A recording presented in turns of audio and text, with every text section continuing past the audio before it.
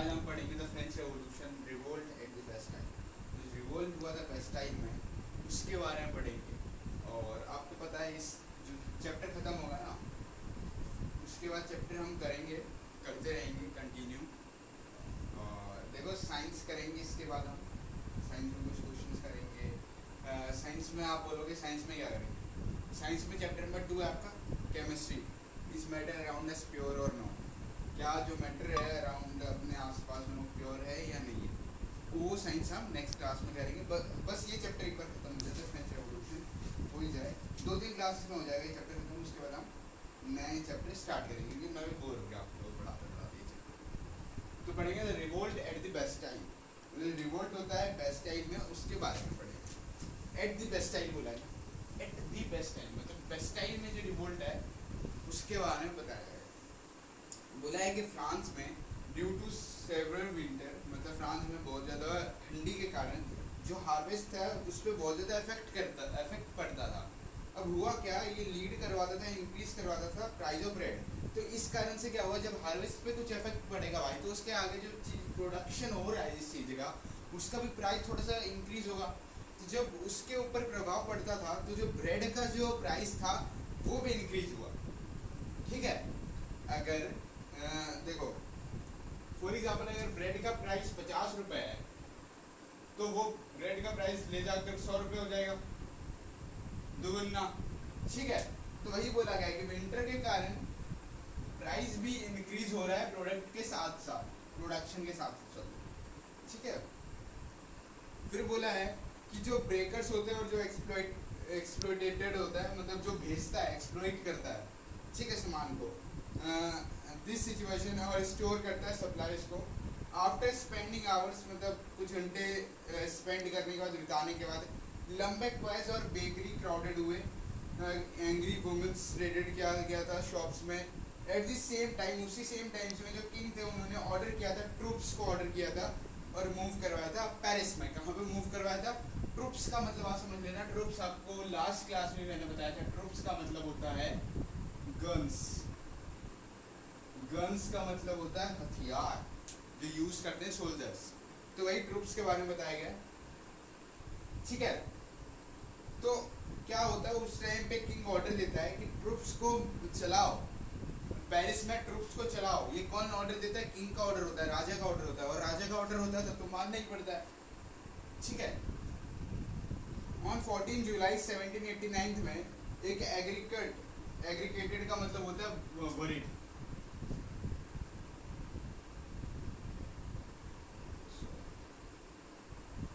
Agitated है, sorry, agitated का मतलब होता है वरीड।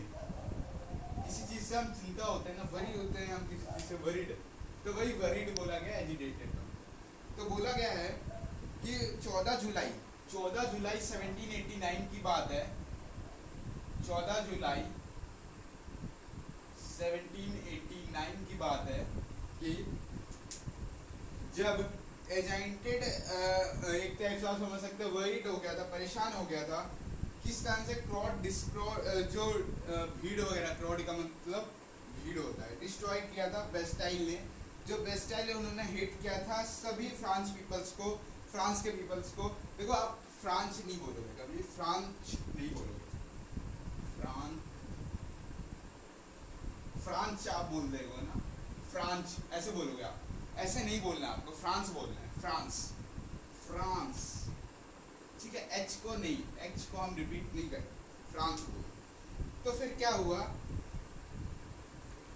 कि जो फ्रांस में सभी पीपल्स जैसे डोमिनेट करने लगे पावर, किंग को, मतलब जो राजा है उसको डोमिनेट करने लगे पावर। अब कंट्री साइड्स में रूमर्स में स्प्रेड किया था विलेज को, और विलेजर्स ने लॉर्ड ऑफ मैनोर को स्प्रेड किया था। ठीक है, मैनोर का मतलब होता है, ये रेफर करवाता है estate consisting of the lord's land और उनका मेंशंस। और ये बताओ किस किस बच्चों ने ये बुक खरीद लिया, क्योंकि देखो मैं पढ़ा तो रहा हूँ आपको, बोल के पढ़ा रहा हूँ, आप अपने बुक के सामने रखोगे और आप जब पढ़ोगे तो आपको और बेटर समझ में आएगा। और कहीं डाउट होता है तो आप प्लीज कमेंट में लिख दो। ठीक है, कंट्री साइड में रूमर्स स्प्रेड करते विलेज और विलेज में, मैंने समझा दिया। हेड और गैंग ऑफ रॉबर्स और डिस्ट्रॉय करते हैं राइट्स ऑफ क्रॉप्स को, राइट्स क्रॉप्स को डिस्ट्रॉय करते हैं, ठीक है। आफ्टर हियरिंग जो रूमर्स होते हैं और जो पीजेंट होते हैं वो अटैक करते हैं, किसके ऊपर अटैक करते हैं, नाम दे रखा है कुछ, चैट्योक्स, चैट्योक्स के ऊपर अटैक करते हैं, ठीक है। Many years of France, France में कई सालों, ठीक है।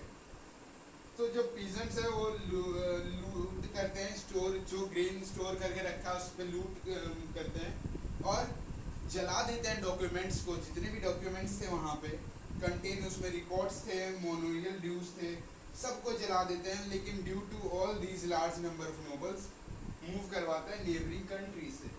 तो has a result of revolt, ये रिवोल्ट के रिजल्ट्स को देखते हुए लुई 16 ने फाइनली ग्रांटेड किया था recognition to the national assembly और एक्सेप्ट किया था प्रिंसिपल को that this power would be checked by constitution. मतलब बोला इस पावर को कौन चेक करेगा, कॉन्स्टिट्यूशन के द्वारा चेक होगा, कॉन्स्टिट्यूशन मतलब संविधान के द्वारा चेक किया जाएगा। फिर बोला गया है कि ऑन 4 अगस्त 1789 में, 4 अगस्त 1789 में क्या हुआ, जो असेंबली पास हुई थी एक लॉ जिसमें अब्लिश करना था फ्यूडल सिस्टम्स को और ऑब्लिगेशन करना था टैक्सेस को, ठीक है। फिर क्या हुआ, जो मेंबर्स थे क्लर्की के उनको भी फोर्स किया गया कि वो एक टाइप से प्रिविलेज मतलब गरीब, ठीक है। Tithes were abolished from the lands, tithes को एब्लिश किया गया, मतलब खत्म किया गया लैंड्स को, और खुद का बनाया गया चर्च, वहाँ पे खुद का चर्च भी बनाया गया था। और जो साइज था बाय अथॉरिटी के द्वारा साइज नापा गया था।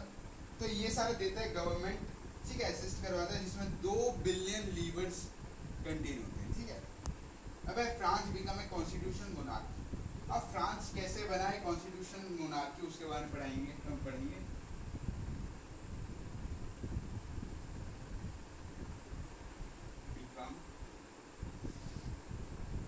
France become a constitution monarchy.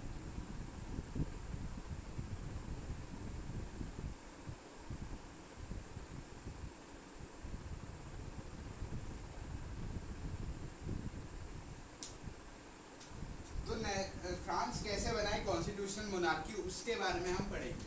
Simply हुआ क्या, नेशनल असेंबली में कंप्लीट हुआ ड्राफ्ट ऑफ द कॉन्स्टिट्यूशन 1791 में हुआ। तो इसका जो मेन ऑब्जेक्टिव था कि लिमिट करने का, पावर को लिमिट करने का मोनार्क में पावर को लिमिट करने का इसका सिस्टम था। तो now the power spread, separate किया गया और असाइन किया गया डिफरेंट इंस्टीट्यूशन, जैसे लेजिस्लेटिव हो गया, एग्जीक्यूटिव हो गया, जुडिशरी हो गया। जुडिशरी लास्ट क्लास में मैंने पढ़ाया था ना, ग्रेड 8th में पढ़ाया था जुडिशरी के बारे में। अगर चैप्टर नहीं पता हो तो आप बताना, मैं उसका लिंक आपको अपलोड कर दूंगा। जुडिशरी फुल एक्सप्लेनेशन है उस चैप्टर में, ठीक है, जो मैंने आपको पढ़ाया। और ये चेंज करवाता है पावर्स को, जो बना रहता है फ्रांस के कॉन्स्टिट्यूशन मोनार्की में। जो नया कॉन्स्टिट्यूशन होता है वो ग्रांट करता है पावर को बनाने में लॉज को नेशनल असेंबली में। एन ए आप लिख सकते हो, जब नेशनल असेंबली लिखोगे ना साइड में शॉर्ट फॉर्म में एनएल भी लिख देना, मतलब इम्प्रेशन है, टीचर के सामने इम्प्रेशन बढ़ाने का, ठीक है। जो असेंबलीज है उनको इनडायरेक्टली इलेक्ट किया गया था और एक्टिव सिटीजन्स को वोट करने के लिए ग्रुप्स ऑफ इलेक्टोरल्स भी करवाया गया था। Who in turn choose the assembly member, जिन्होंने चूज किया था असेंबली मेंबर्स को। जो मेन फीचर्स है सिस्टम को चेंज करने का वो है कि man who were above 25 year of age, man वो आदमी जो 25 साल से बड़ा है, 25 साल से बड़ा है, जिन्होंने पे किया टैक्सेस इक्वल एटलीस्ट 3 डेज तक, लेबर्स वेजेस जो उनको मिलता जा रहा है लेबर का वेजेस, जो दिया गया है स्टेटस ऑफ एक्टिव सिटीजन। ये राइट है, right to vote. Right to vote का मतलब मैंने आपको लास्ट क्लास में बताया था कि कोई भी सिटीजन जिसका एज 18 अबव है, ठीक है, उसके पास राइट टू वोट देने का अधिकार होता है, ठीक है। The remaining man and all womens were class और पैसिव सिटीजन, तो वो क्लास हो गए और पैसिव सिटीजन, ठीक है। देखो इसमें जो बोला है ना, man who were above 25 years of age और हु पेड टैक्सेस, टैक्सेस तो आपको गवर्नमेंट को पे करना ही पड़ता है। होता क्या है सिंपली, आप कहीं भी ट्रैवल करते हो या कुछ भी आप परचेस करते हो या कुछ भी चीज में अगर पैसा आपका लगता है तो उसमें आपका एज ए टैक्स कटता ही कटता है, तो वही टैक्सेस बोला है। ठीक है, जो क्वालिफाई है इलेक्टर्स का और वो मेंबर्स का ऑफ द असेंबली के, एक मैन है जो बिलोंग करता है highest group of tax payers, मतलब वो एक आदमी जो हाईएस्ट टैक्स पेयर्स से हायर टैक्स पेयर ग्रुप से बिलोंग करता है। जो कॉन्स्टिट्यूशन है वो बिगिंस करवाता है declarations of the rights for declaration of rights of man and citizens rights, मतलब वो कॉन्स्टिट्यूशन जो बिगिन करवाता है declaration of rights of man के, डिक्लेरेशन ऑफ राइट्स को और सिटीजंस के।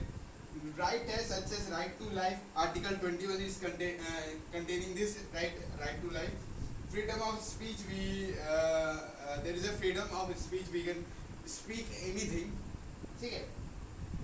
freedom of opinion, there is freedom of opinion and equality before law and established, तो equality है law और established का। अब natural और inalienable rights भी एक नए rights निकले हैं, लिखवा देता हूँ, पहले आपने कभी भी नहीं पढ़ा होगा। natural एक right और है and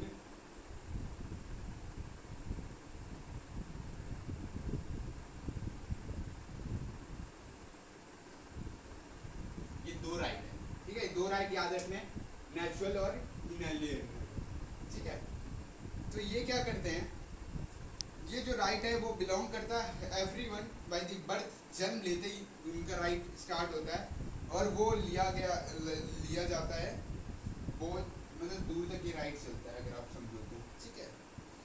it was a duty of the state, ये ड्यूटी है, स्टेट्स की ड्यूटी है कि वो प्रोटेक्ट करे इस राइट्स का। देखो भाई कोई राइट्स है तो देखो कोई भी स्टेट्स का ना जो सिविल सर्वेंट आदमी होता है, आईएएस हो गया, आईपीएस हो गया, आईआरएस हो गया, ये सब का काम क्या होता है, ये सब का काम होता है कि जो भी चल रहा है स्टेट में या जहाँ पे भी उसकी ड्यूटी लगी है उसको संभालना है कि जो सिस्टम वहाँ पे चल रहा है कुछ गलत तो नहीं हो, अगर कुछ नहीं अच्छा है तो उसको कैसे इम्प्रूव करे, वो सब का काम कौन करता है, आईएएस, आईपीएस, आईआरएस। अब बोला France abolish monarchy and become a republic, अब फ्रांस को खत्म कर दिया गया, मतलब सॉरी फ्रांस ने एब्लिश कर दिया गया, मोनार्की को खत्म कर दिया और एक रिपब्लिक कंट्री रिपब्लिक बन गया। सॉरी इस पर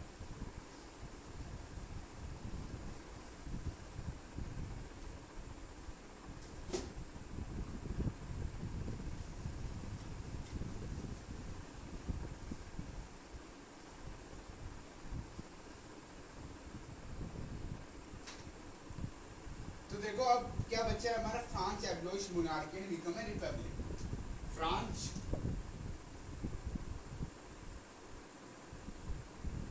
एब्लिश मोनार्की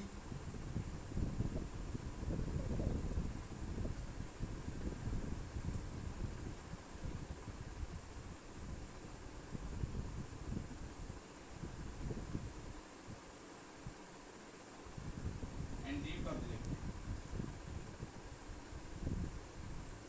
ये बच्चा है ना,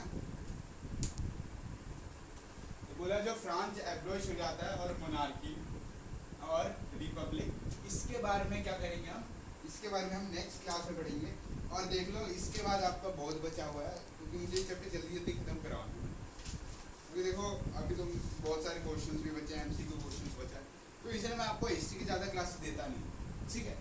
अगर कोई शॉर्ट चैप्टर होगा उसका शॉर्ट क्लास में देने के लिए जा रहा हूँ, लेकिन हिस्ट्री के बाद हम साइंस करेंगे, ये याद रखना। तो यहाँ हम अब नेक्स्ट क्लास में पढ़ेंगे फ्रांस एब्लिश मोनार्की रिपब्लिक का, नेक्स्ट क्लास में पढ़ेंगे, तो see you in next class, thank you.